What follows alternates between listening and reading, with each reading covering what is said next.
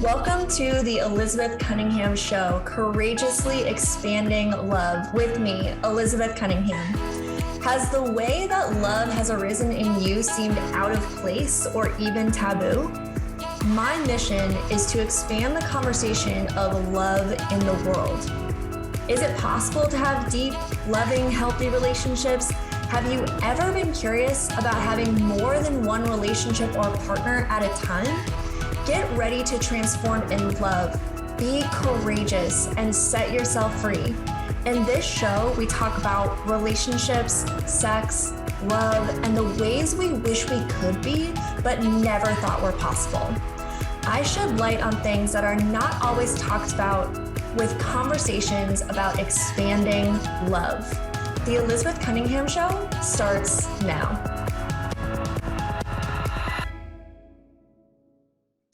Hello, welcome to the Elizabeth Cunningham Show, courageously expanding in love. My name is Elizabeth Cunningham. I am your host, and it is my pleasure to be here today with Melissa Louise, and we are going to be talking about pleasure. And when I think about pleasure, I think about like ooey gooey drippiness and like chocolate and yumminess. And Melissa and I know each other through the erotic blueprint coaching. So she's already like, oh, well, I see your sensual coming out in your pleasure. But I'm going to introduce our guest today. Her name is Melissa Louise, and she is a true pleasure advocate. It's been amazing being a colleague of hers and getting to know her. She teaches men to last longer in bed, women to know their birthright of pleasure, and couples to foster the safety to create the erotic space. Oh my goodness. And the perfect erotic turn-on cocktail that nourishes your health and well-being, and that your pleasure is non-negotiable. I love that. Welcome, Melissa. Thank you so much for being here with me today. How are you?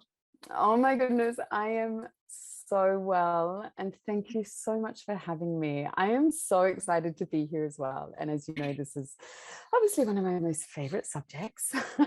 So yeah, this is going to be fun.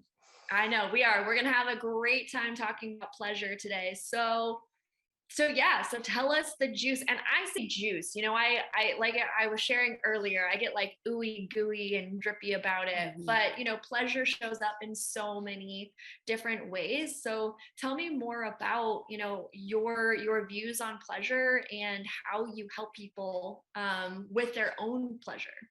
Thank you. Well, as you said, you know, what I truly believe and know is that pleasure is our birthright. And so my main focus is really supporting people to understand that pleasure needs to be in the center of their life, not something that we work towards and we're waiting to win or achieve later or earn points to have. So where I come from is we're looking at the science and the practicality of how pleasure works in the body, in the masculine body and in the feminine body, how it resets our hormones, and how it's so intrinsically involved in the health of our being. Because in our culture, in our society presently, and especially since the introduction of the Industrial Revolution, when that kind of took over and started to dictate how we lived our lives, pleasure is something that's been removed to be able to keep many people under control. So I don't want to dive deep into the patriarch and what all that's done, because there's so many conversations around that, and that's a very separate conversation. It's a very important one.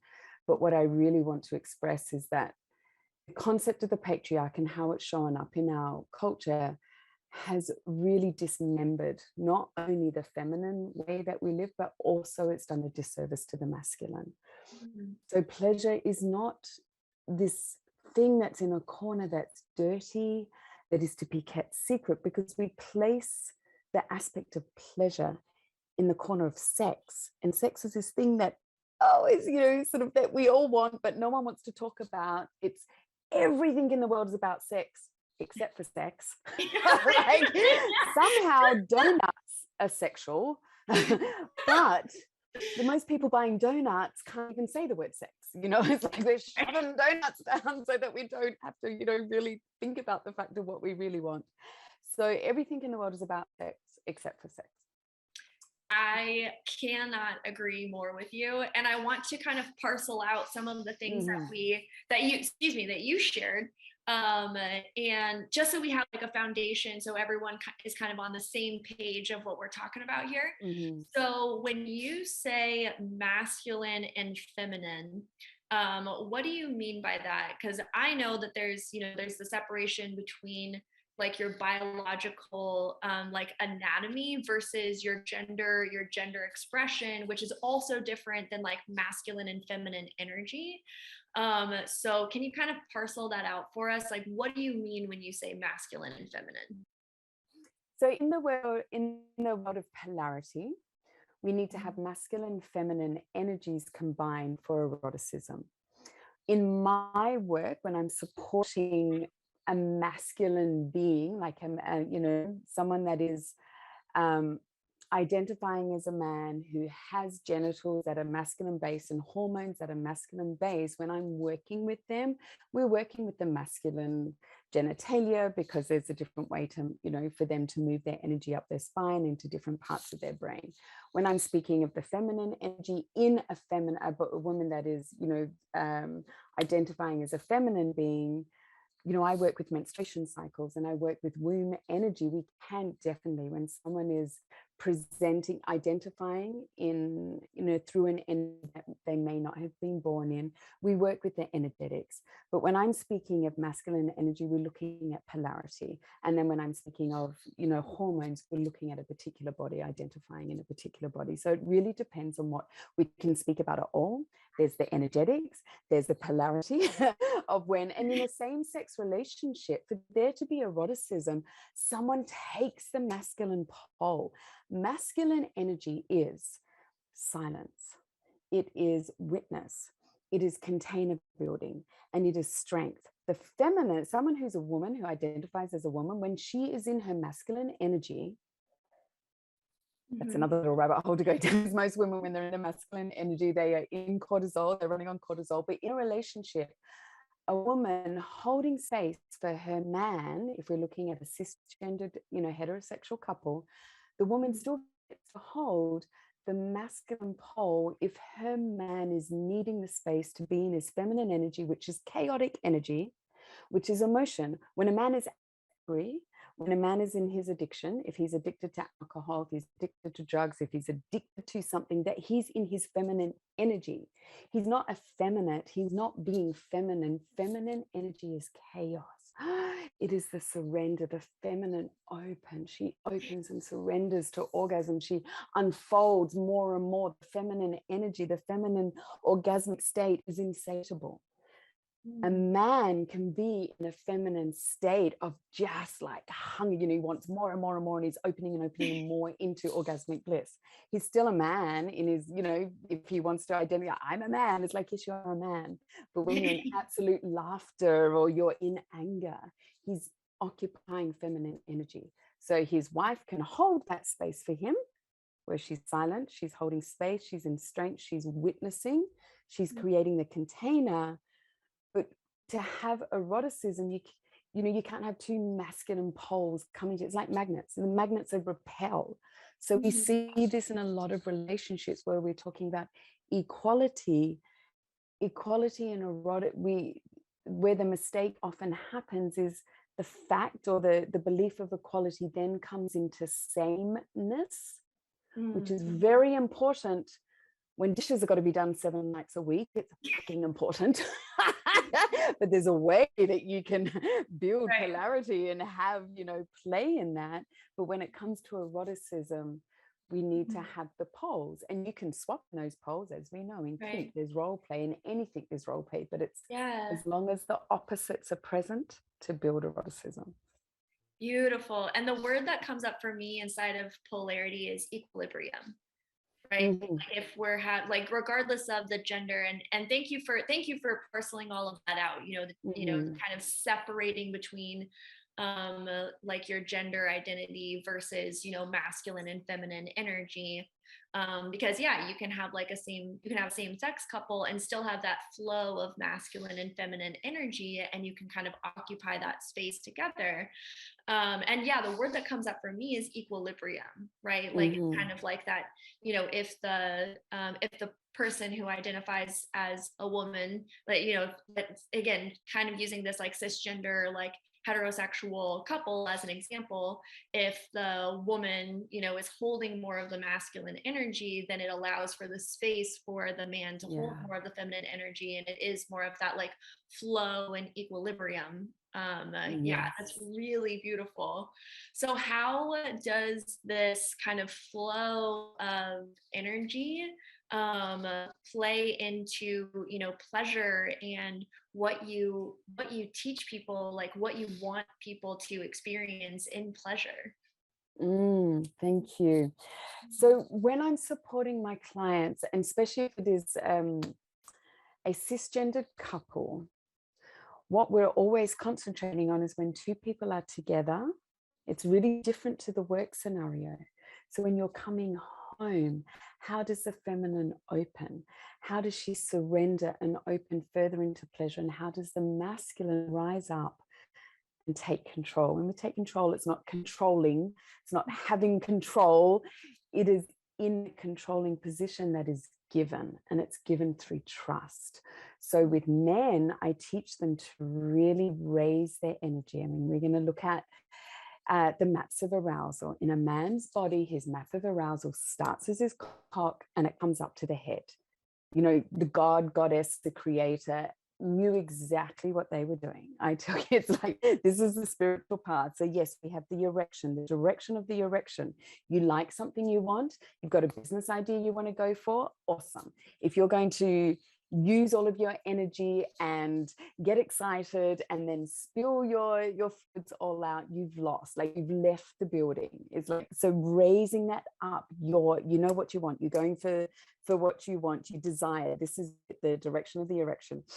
Breathing that up, raising it up. There's all of these different ways to do that. You need lots of tools in your toolbox. You're raising it up your spine, you're bringing that up to your head, so you know what to do, so you can hold the space, so you can stay strong. The feminine's map of arousal is the opposite. You need to entice her head. You've got to intrigue her. Is she intrigued by the idea? Does she trust it? If she trusts it, or if she's willing to trust and open, her heart will open. Once her heart is open, her pussy will open. We're looking at the opposite. So as a man, if you want to be with a woman, you've got to understand this. You've got to, if you want your woman to open, otherwise you're going to have a bitching, nagging, pissed off partner for 30 years, which is often what happens. Is the woman's not getting the pleasure of the sex that she wants, which is her own responsibility. As for him, it's his own responsibility. Each person is responsible for their own pleasure, but which means we need to be responsible of the movement of energy through our body and how that happens, which comes to trust and opening on each side.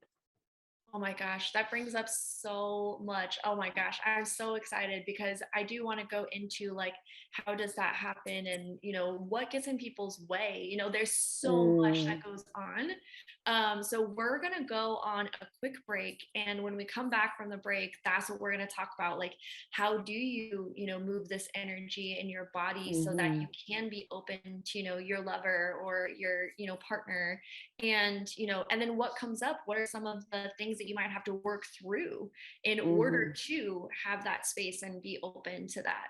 mhm. Beautiful. So yeah, we're going to take a quick break and we will be right back.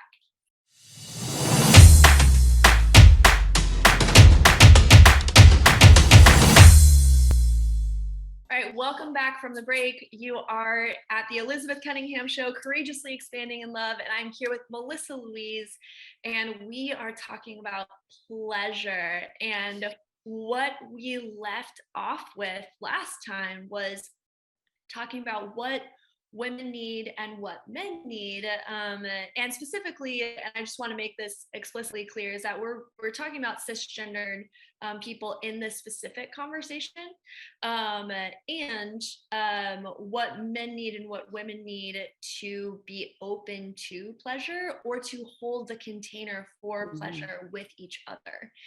And so, Melissa, tell us a little bit more about that. And then I really want, like, the burning question in my mind is like, what do people deal with inside of this? Mm, Like, what are the blocks that people come up against? So yeah, tell us a little bit more about the pleasure, and then we're going to get into the blocks. awesome. I mean, that word pleasure. We are going for pleasure, we're not going for orgasm. This is one huge disservice that we are fed. That sex means P and V. Sex means penis and vagina. I actually just wrote a post on this morning for this week. Dan Savage. This is one of Dan Savage's, things that he's always talking about. If only cisgendered men, approach women with the four words that, in his community, what talks about gay men speak about. And these four words are, what are you into? Because our perception generally from our cultural narrative is that if you are on a date, if you're going to be with someone, if things are happening, then sex is going to happen, which means there's going to be a penis and a vagina. Sex is so much more than that. So if we understand that we're actually going for pleasure and we're not going for orgasm, because also too, what's fed to us is that an orgasm is a peak experience. And Masters and Johnson talk about this, the peak experience, but what they're talking about in orgasm, is it Masters and Johnson's, the sort of the conglomerate that speaks about how orgasm happens in the body. The issue with that diagram, the issue with that narrative is that it speaks about one type of orgasm that's in the male body, and they transferred that onto the female body. The female body has one type of orgasm like that, yes, the clitoral, yet we are capable of so much more, and we're designed to open up to so much more. So while we are focused on this fact that the way that we win, the way that we've achieved something, the way that something has worked, the way that we get what we're meant to be getting is going for orgasm, we're in a lot of dissatisfaction. And the masculine issue is that they are they have this pressure to penetrate. And the feminine issue is that we're broken. There's something wrong with us because we take too long, because all of our education is based on the cock. This is what the cock does. This is what the penis does. This is how it works. And this is the orgasm. The female body is never talked about in sex education. The only thing Unless that you're comes talking about menstruation. I was going to say the only way that the female body comes up is the fear of pregnancy. So sex education is given to us in fear, and it's given to us in short bursts, which is not how the body works. So once we have that narrative set in our mind, we're then in this space that's actually not true, but we're sort of like, when I say we, I'm talking the world at large, we're all running towards a corner that we're all being forced into, that is such a tiny part of the picture. And so then this is where the female narrative comes, is that I take too long. And where men feel like they're failing is like, what's happened? Why are you not orgasming? I'm doing the thing. I'm penetrating you. I'm doing it. So it's this thing of doing as opposed to being and unfolding and going for pleasure. Like, what are you into? Oh my gosh. Yeah. And I think that just that piece of knowledge right there, that not only is sex not just, penis, vagina penetration, but that orgasm is not necessarily even the point of sex, and that there's multiple different types of orgasms, and there's different ways that we can have orgasmic experiences as well, and that pleasure and sex can be separate, like, right? So, oh my gosh. Okay. Oh, this is so good. It's like everyone, when you want to like wave a magic wand and like boop everybody on the head so that they know that, like, that's one of my things. That's one of my people on the head things. I wish I could put people on the head with that information. Well, you're going for pleasure, not orgasm. And pleasure is full of orgasm. And this is the thing. This is what I love sharing with my clients. My favorite part when I work with clients is about 5-6 weeks in, and they come and go, oh my God, I've had the most amazing sex of my life. And you haven't even told me what tricks to do. And I'm like, got nothing to do with tricks. Like, we haven't even got to that part yet. And yet I'm having the best sex of my life. I'm like, yeah. Yeah. It's not about the thing. Oh my God, that's amazing. Okay, so talk to me a little bit more about like inside of this conversation of what is pleasure. So it's kind of like holding these two spaces, right? Which is perfect because we're Mm, talking about polarities. Or we were talking about polarities with masculine and feminine. mhm, But it's like, okay, so what else comes up in pleasure? What else is possible in pleasure? And then what are people faced with? Like, what is kind of like the backhand of that, where it's like, oh, well, how do I do that? Or like, I know that shame comes up a lot, mhm. inside of pleasure or like the confusion. So, anyway, so what else comes up in pleasure? What's possible? And then what comes up for people in dealing with Mm. that? So what is possible in pleasure? I know, I just Mm. asked the biggest question. And my tongue's hanging out. Ah. So what I really love from my tantric background, when we're looking at pleasure, it's the five senses. The pleasure of sound, like your lover's voice, as they seduce you into a possibility. And that can happen. I can see you as I open my, because I close my eyes when I speak like this. I'm like, "Ah." The sound can happen through a voice message, through, a phone call, that when your lover or partner is in another room, another city, another country. The enticement of what's possible. Pleasure is what's possible. Pleasure happens through different touches through the skin, the releasing of energy. Pleasures through the movement of energy. Like, I give my clients these exquisite little practices to do with their lovers, that, okay, I want you to spend half an hour going from the knee to her groin on the left side, and we're going to do that. And what that does is it releases energy that's stuck. Pleasure is about removing the layers, and they can be psychological layers, they can be layers of guilt, they can be layers of shame, they can be layers of not knowing what to do. So pleasure is open to all possibilities. Eating, spending, like creating an exquisite container in a date where you're going to sit across from each other in a public restaurant and slowly eat a mango with your bare hands, and you've got to take 20 minutes to do it, and whatever it is. Pleasure is whatever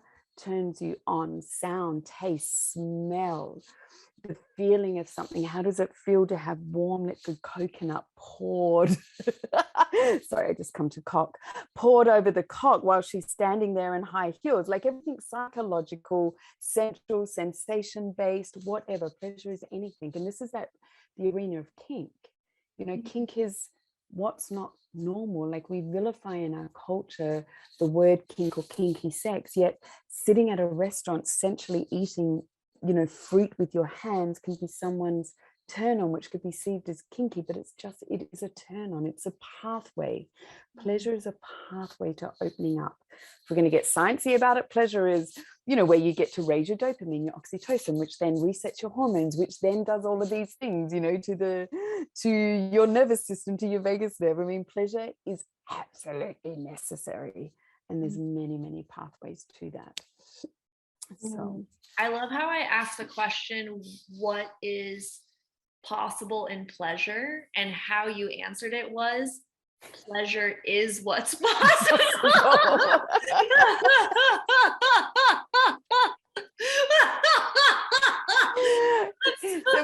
Yes, I mean, we could No. summarize that by saying pleasure is how you live life instead of waiting to die. Instead of living to die, you're just existing, or you can live. Oh my gosh. And I felt that. I felt all of that sensation and opening up and the different possibilities that are there. And I think that the other thing that I heard in what you said is like, pleasure is creative. It's Mm, not like when we say like pleasure is what's possible, it's like there's this whole world, it's created and it's discovered mhm, and it can be explored. And it's almost, when what I heard also in what you said is like the willingness to mm, explore as yeah, well. And then the other thing that I heard in what you said is the that when you take this pathway of pleasure, that it does present what's in the way. yeah, Right. And that was the second part of my question, which is like what comes up for people. And it's like, well, what comes up for people is whatever was whatever comes up for people Hmm. when they start down this path. And I think that that's really perfect because it really is what comes up for the individual, where it's like if they have deep shame, that's exactly what's going to come up. If they have guilt, that's exactly what's going to come up. If they have trauma, if they, whatever, anger, whatever that is, that is what's going to come up in this journey. And that's also why I said like the willingness to do it Hmm. as Hmm. well. Yeah, I mean, beautifully said and painted. And we are going to take another break and we're going to come back. I'm like closing my eyes because I'm just like, oh, like this conversation is just like enveloping my whole being. And we're going to take another break. And when we come back, we're going to talk about, okay, like now we know about pleasure. Now we know about, what's possible. And now it's like, okay, well, now what do I do? Now what? Hmm. Now what do I do? Hmm. So that's Awesome. what we're going to talk about when we Awesome. come back from this break. Hmm. And we'll see y'all in a second.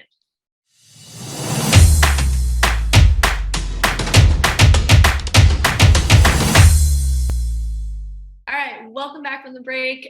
We are here at the Elizabeth Cunningham Show, courageously expanding in love, and yes, courageously expanding in pleasure today with Melissa Louise. And so we've talked a bit about, laying the foundations of, what's the difference between gender and masculine and feminine energy, and how do people receive different pleasure in different ways, and then what does pleasure even mean, and discovering like pleasure is possibility, and that things really come up for people inside of that, and whatever comes up for you is like it's perfectly normal and natural, and it's just what there is to deal with Hmm. now, right? Mm. And so I'd love to know more about, okay, so how do you apply this with people? Mm. How does this actually work with people Mm. that you work with? Yeah, thank you. So with women, the biggest breakthrough is to really share with women that they're not broken, they're not a problem to fix. Yeah, they're not this mess that needs sorting out, because we're often trying to fit the feminine experience into what is known as the masculine experience, which also dismisses many men's experience. So I really support women to understand how the orgasm in the female body is actually this. It goes up and left to the right, it comes out, it expands, it comes back in, it goes up, it goes deep down, and it's constant. And that emotions, we are designed, the amount of times that I hear women share, it's like no, I won't cry, I feel like I need to cry or scream, but I won't. And what I really share with women, when you're doing that, you're creating more numbness.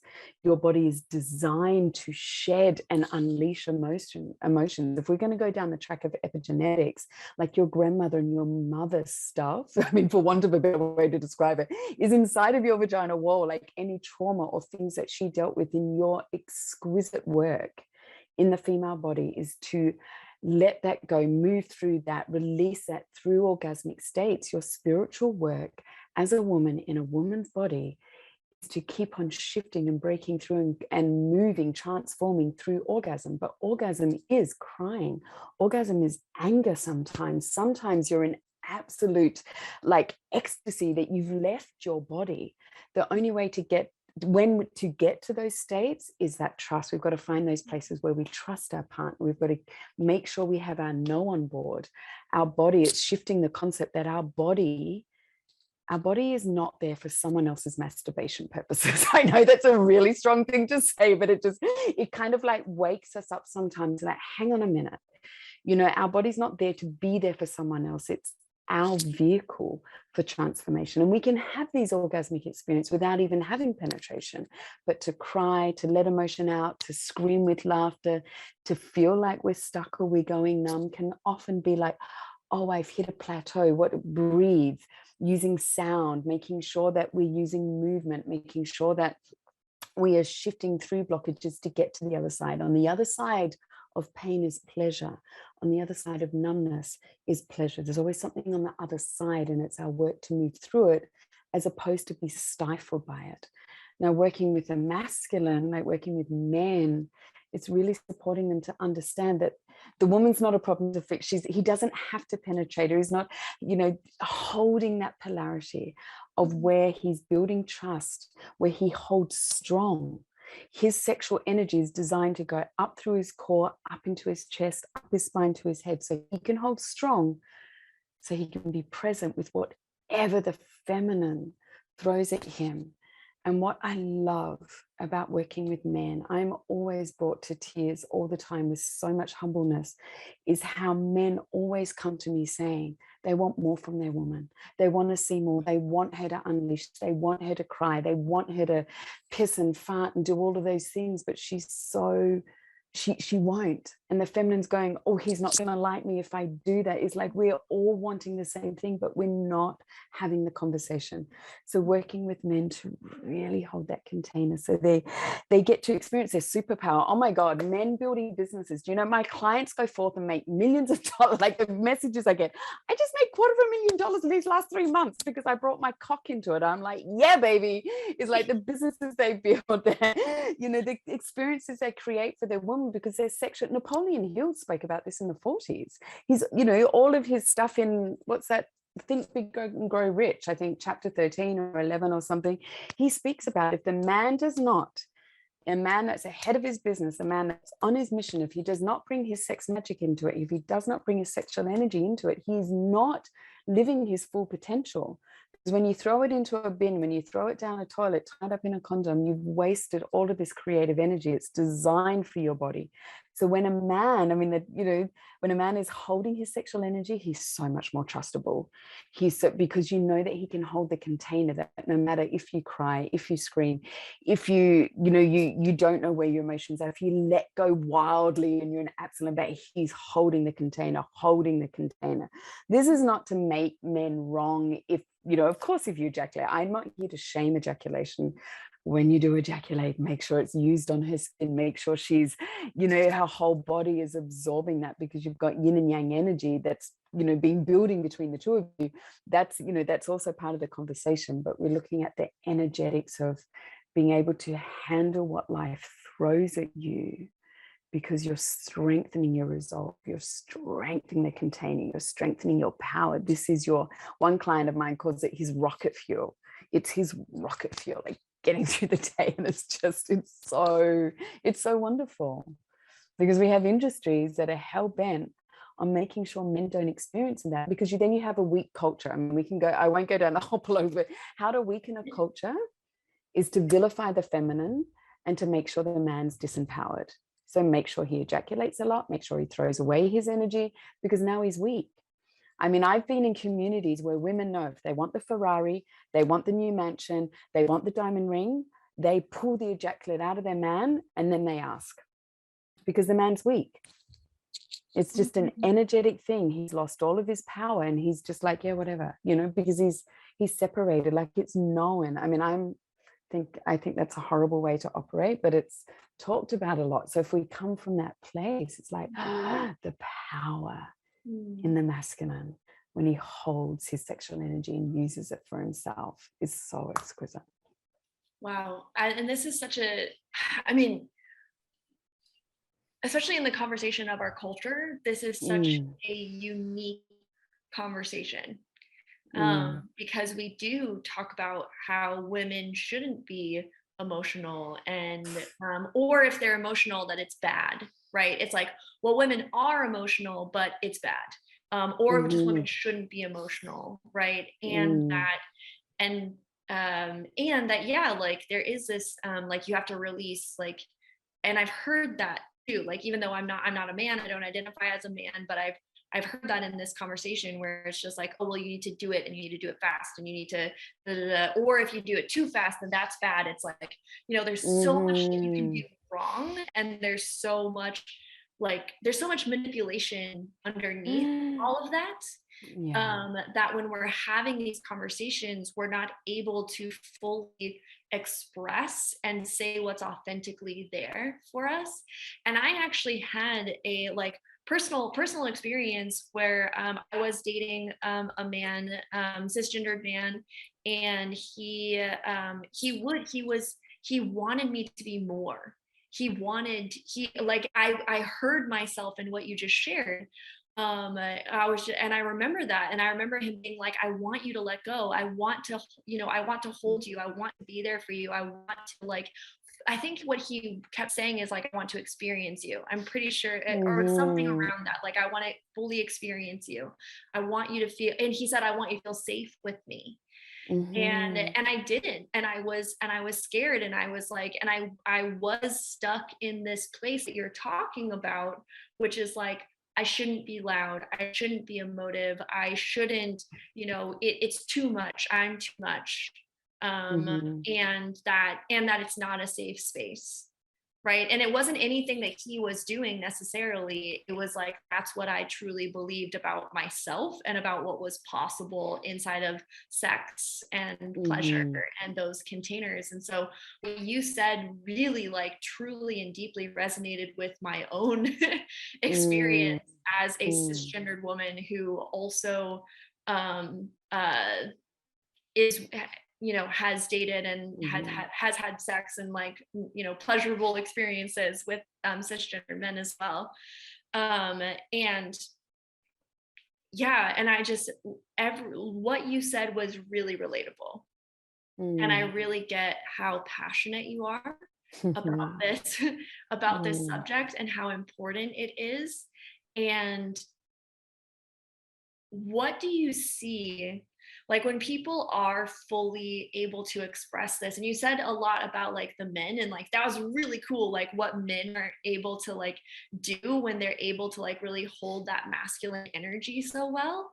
But what have you seen is possible also with women or with their partners, possibly, that you're working with as well? Can you just clarify, so what is possible for the feminine when she goes into this work? Is Yeah, that what you mean? yes. Yeah. Mm.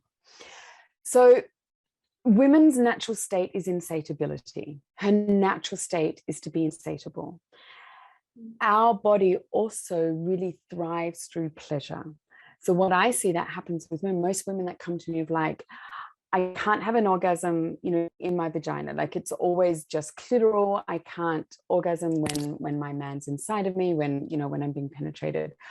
What I see is that their whole world open up, and the possibility of, like, once they have their no on board, once they actually become their own backup dancer to their own genitalia, when they get to know their inner world, that these orgasmic states are available Mm. so much of the time, where they then start to experience cervical orgasms, where they start to experience the hunger for their partner again, where they've been rejecting sex because they're not getting the sex that they want. And that's a two-way street. We're responsible for our own pleasure. So many women that I work with even come to me with the aspect of like, but I don't even know what I like. I Mm. don't even know what is possible. I see it all on the internet. I hear about this. And so it's getting their boundaries on board, their no on board, discovering what is possible for them on their own journey before they even come to their partner. So then what happens is this newfound excitement for the relationship, how the relationship like nourishes, like your sex life in a relationship. Your sex life is designed to nourish the relationship. Is designed to really fuel the relationship. So then we have the erotic space, so that your life is on a constant simmer. This perception that, oh yeah, well, we've been together 20 years now. It's not like, it's like, oh my God, 20 years, like you found ways to relate and build on this eroticism. Is taking orgasm off the table, taking penetration off the table, and discovering the whole possibility, and their body opens to their man again, instead of closing off because they're not getting what they want, but they become responsible for their own self. Also becoming, their own advocate around their menstrual cycle or their moon cycle if they've gone through menopause. It's like, I freaking matter, and I deserve to be able to take up place in this world as a woman in my female experience, not like where we're overtaking. It's like what I share with my clients is we're here to have power with our men, alongside of our men, not over our men. We're not here to take power over them. We need to walk side by side. And what that takes is becoming sovereign around our own experience as women, in the feminine experience in our body. And we need to advocate for that. We can't expect others too. We have to advocate for that ourselves. We're in the body, we're in the experience. We've got to put the stake in and claim that ourselves and find really good ways for that. Yeah. Then, and that's, I love that you keep bringing up this. I mean, everything that you're saying is beautiful. I hope everyone that is listening or watching is taking vigorous notes right now. And one of the things that really resonated with me is this idea of autonomy, right? And that you're saying, you know, we're all responsible for our pleasure.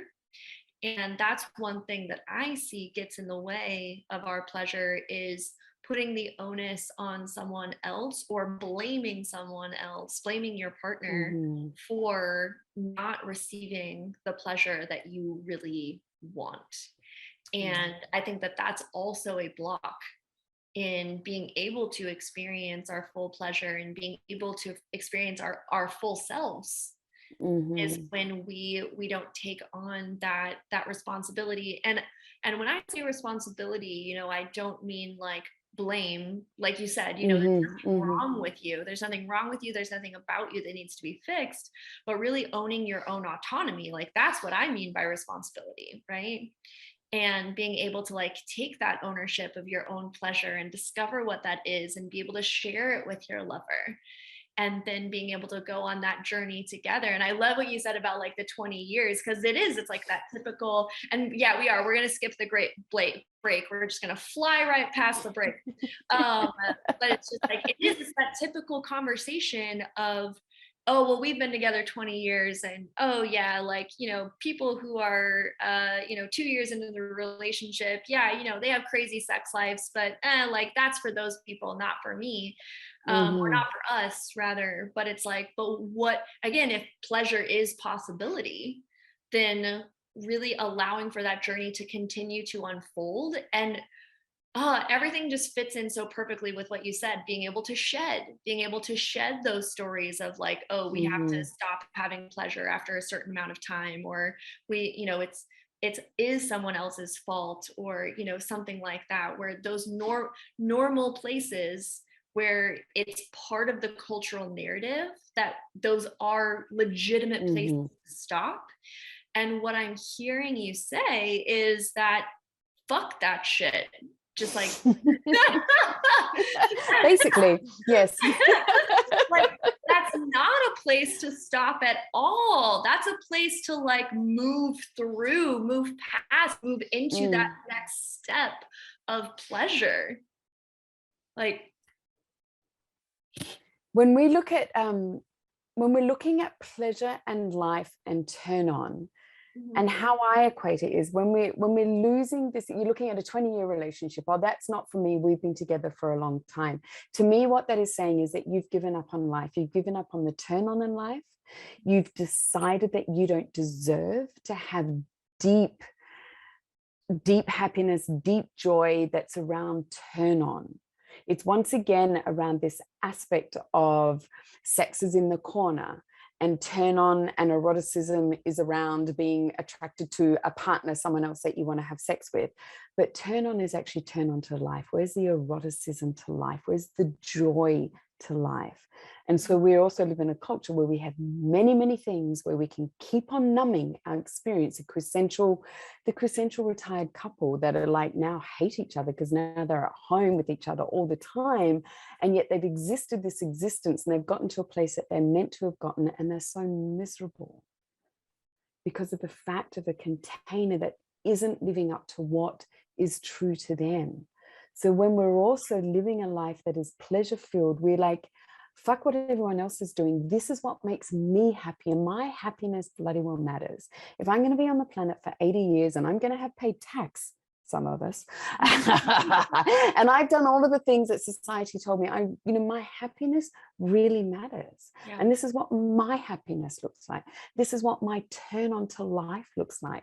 And we bloody well deserve to go towards that. Do you know why? Because we're breathing.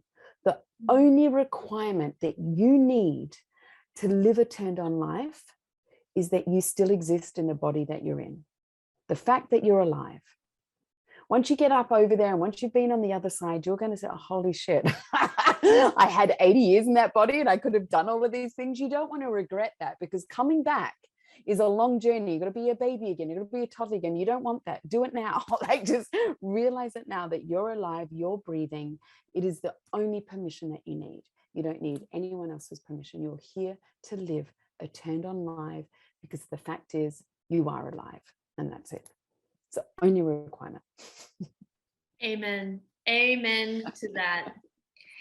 Okay, so I want to know, we talked about some amazing things. Seriously, we've talked about some amazing things. If anyone who's watching this live is just now joining us, please rewatch this. Please, like, I beg of you. I beg of you. If you know what's good for you. Like, rewatch this. And, you know, for anyone who is watching or listening to the replay, you know, oh my gosh, I hope that you've been taking notes. And I want to know, what is one thing, if, you know, with all of that we've talked about today, if you could give people just one thing that's, you know, the most important takeaway, or like the action to go do, you know, what would that be? Oh, I love this question. I'm only allowed to have one. Okay, at least I get one for men, one for women. Just give me that, please. Okay, go for it. Go for it. Okay. So for women, breast massage. Many reasons for this. When a woman changes the relationship with her breast, she changes the relationship with the world around her. So when she heals her relationship with her breast, she heals the relationship with the world around her. The Taoists teach this: as soon as a young girl starts menstruating, she needs to start breast massaging. We're talking about lymphatic drainage. We're talking about reset of hormones. We're talking about the hormone reset and the stimulation of the hypothalamus, the pituitary, the pineal, like all of this stuff that the medical world has taken over for us. But guess what? We have it all inside of us. So breast massage. Many women are raised with the fact that their breasts, you know, it's public opinion. So many women are ashamed of their breasts. They're not, you know, they're not the way they should be. God knows. I mean, I can't understand this should, when there's like 4 billion women in the world. It's like, oh my God, that's like 8 billion boobies. How are they meant to look? Like, Jesus.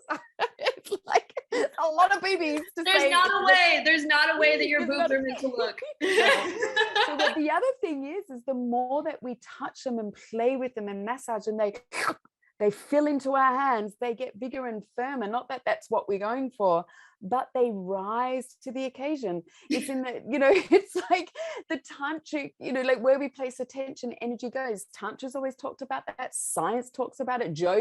Everyone's banging on about it nowadays. It's like where you place attention, energy goes. Yeah.